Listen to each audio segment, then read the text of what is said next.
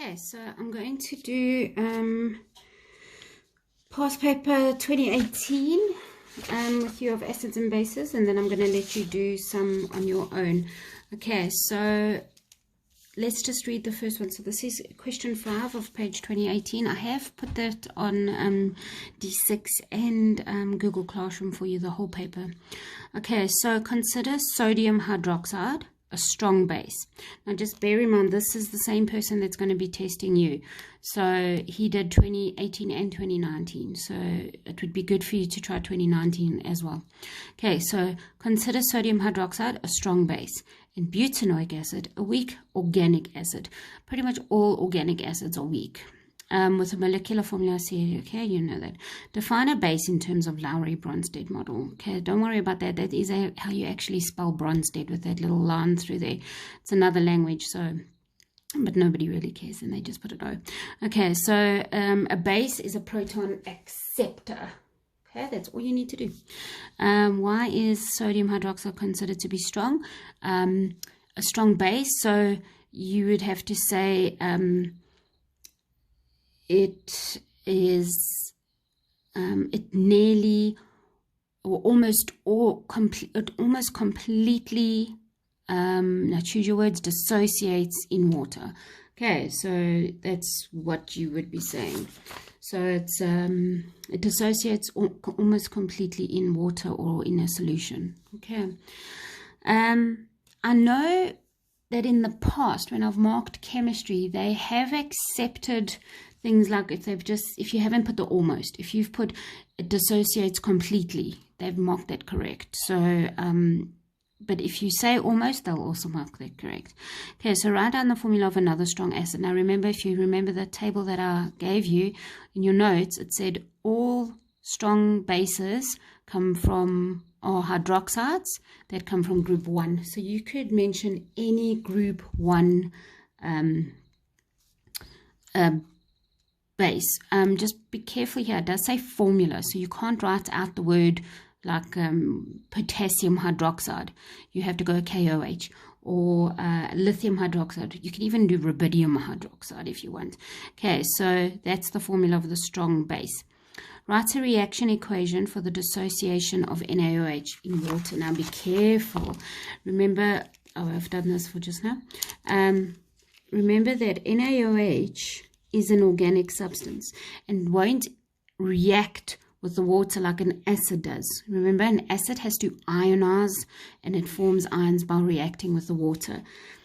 Sodium hydroxide does not react with water. It automatically dissociates itself.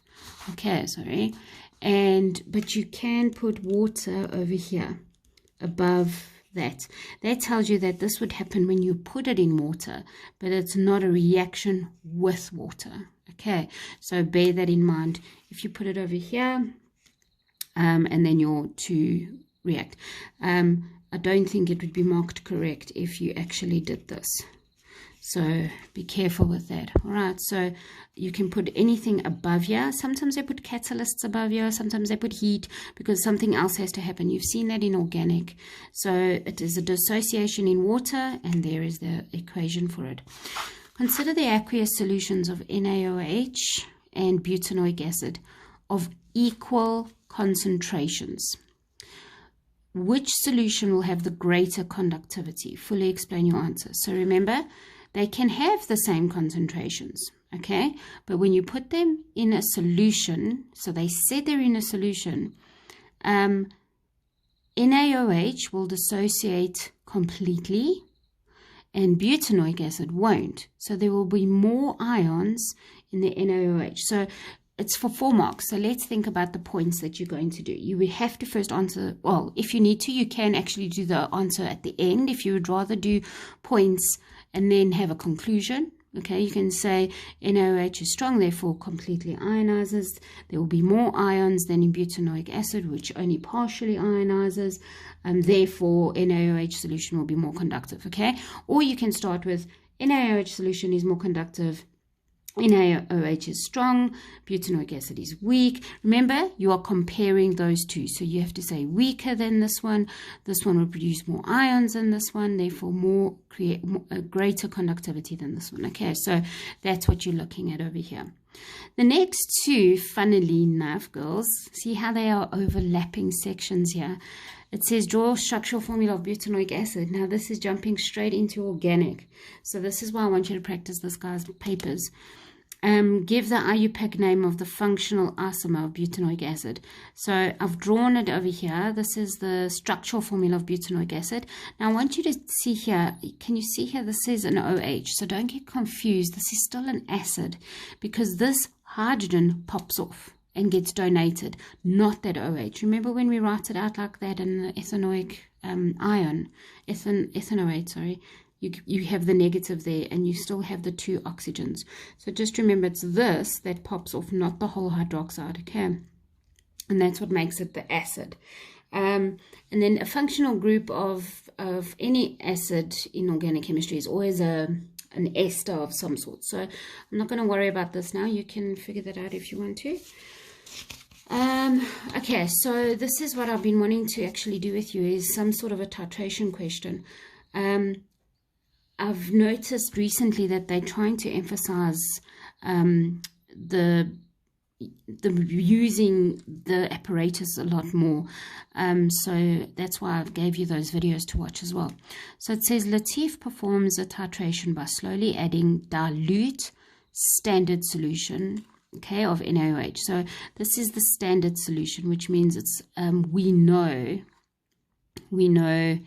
the concentration. Okay, we know the concentration of the burette. What we don't know is the volume that we're putting in. Okay, because remember you're putting it there. We do know this volume normally, and they call it an Erlenmeyer flask. It's the same as a conical flask. Conical flask, and both will be marked correct. Okay, a conical flask and an Erlenmeyer. Erlenmeyer is like an older word for it. I'm surprised they used it. Okay, but it's perfectly fine. Okay, Erlenmeyer, I think it was the guy who invented them, or a conical flask. Okay, notice they put it on a white tile or white piece of paper so they can see the color changes nicely. So Latif monitors the concentration of hydronium ions. So here's our acid. So we know there's an acid in here, okay, because we're putting in the standard solution here.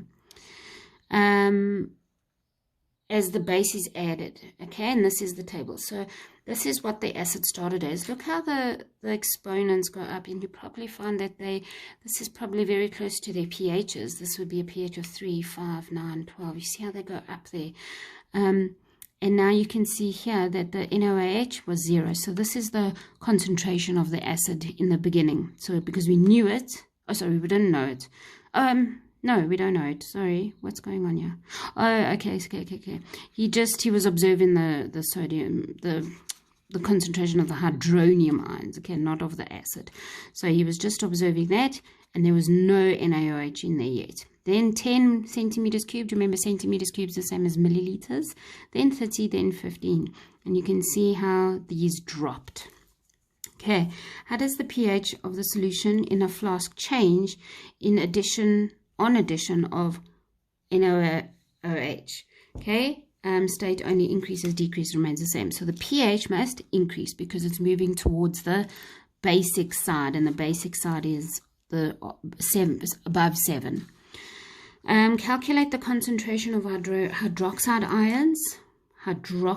ions in the solution after 10 centimeters have been of NaOH. So what we're looking at, we're going to look at that because that's the concentration of, I just want to get my answers ready for you so that I don't have to work them out and waste time. Okay, so remember we've got the Kw, and it's equal to the hydronium ions times the hydroxide ions. I think this is on your data sheet.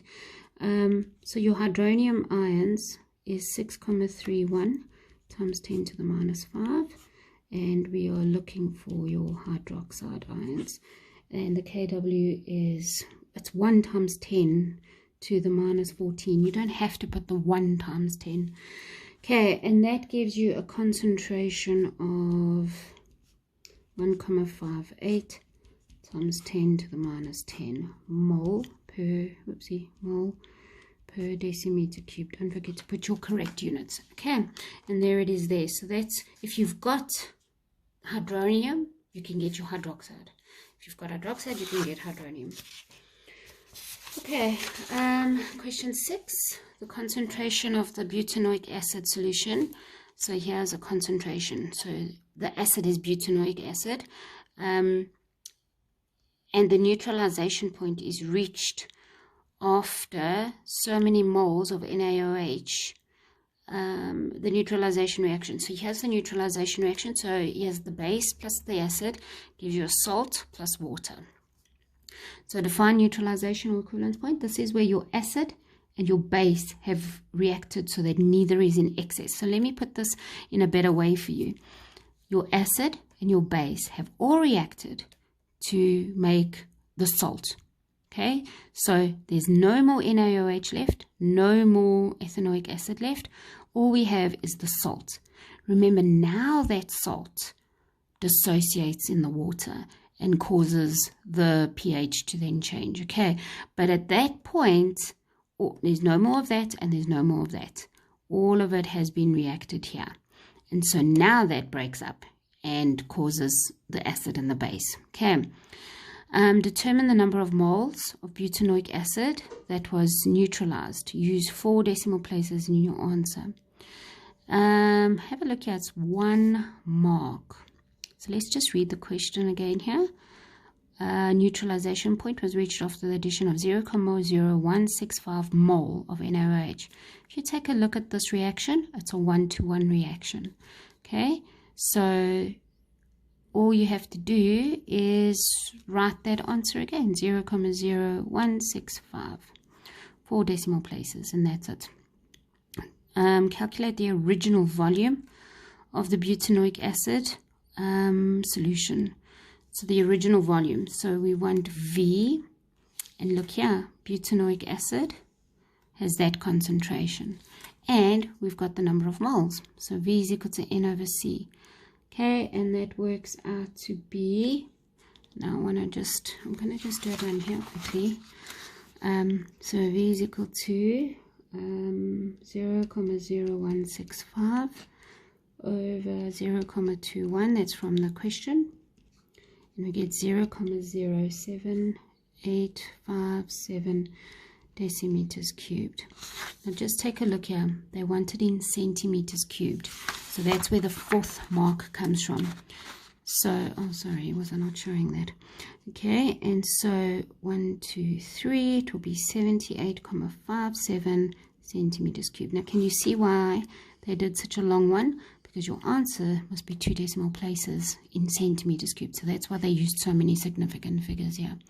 Okay. Right, 6.4. At the neutralization point, the solution in the flask is basic. This is due to the following hydrolysis reaction. So here is an actual hydrolysis reaction. This is the ion from the salt, the anion, reacting with the water. Now water is acting like a acid, it's donating the hydrogen, and here this ethanoate is feeling a lot happier because it's now an ethanoic acid molecule, and you actually have hydroxide ions over here now. So you're making excess hydroxide ions. The term hydrolysis is a reaction with water where water itself is decomposed. So water is breaking itself up here. With reference to hydrolysis equation, explain why the solution in the flask is basic. Now, girls, this is only for 2 marks, so this means you don't have to go into too much detail. You can just say that the concentration of hydroxide will increase because of this hydrolysis of this ion. If you want to talk about you can talk about the equilibrium thing. Now, if you think of the equilibrium of involving the ions of water, so remember you have that plus that. Now, in this particular reaction, this is in excess, and it's causing that to increase, and so your reverse reaction is favored, and so this is being reduced, but you still have an excess of hydroxide ions, okay, because of the hydrolysis of that anion. Okay. All right. So Latif says, because NaOH is a strong base, the solution of NaOH will always have a higher pH than a solution of a weak base such as ammonia. This is not true. Okay.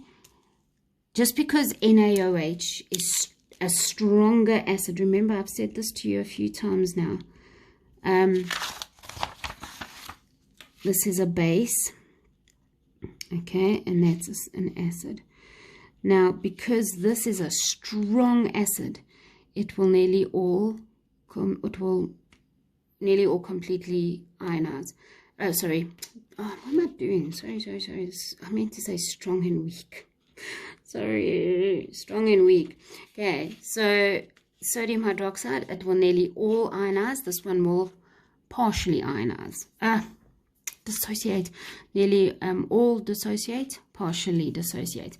Okay, but that doesn't mean that this will automatically have a higher pH than this, because a pH relies on two things. It relies on strength of the acid, okay, and it relies on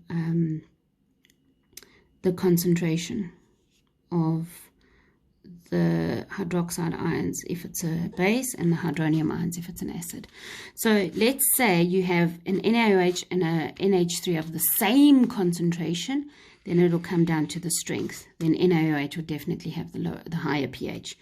But if you're looking at concentration, if I put a drop of sodium hydroxide in a liter of water and I'll have half a liter of ammonia and I fill it up to a liter with water, that is going to have the higher concentration of hydroxide ions, and that's going to be the higher pH. So it's a combination of the two. So if you keep one constant, then it's the other one. If you keep the other one, then that one's going to be the deciding factor here. Okay, so be careful there. The question is, the statement is incorrect. I mean, the answer. pH depends on concentration of hydronium ions or hydroxide ions, which is determined by both strength and concentration of the base. Okay, just one quick little thing. I wanted to show this. I don't think I showed this to you very nicely the other day. This is what they call an equivalence graph, or a titration curve. And what I want you to see here is it started off, and this is what they read in the conical flask or the Erlenmeyer flask. So it's what's read in here. So we can see we start off with a base, okay, and you're adding acid, and here is where your pH, your equivalence point will be, and it's halfway through. It's almost like in calculus. I don't know if you've done calculus yet. It's almost like in calculus that the point of inflection, right in the middle there, and that would be your point, your pH at equivalent. Okay, and then obviously if you add more, it's going to become more acidic. All right, so I just wanted to point that out. Okay, have a good day.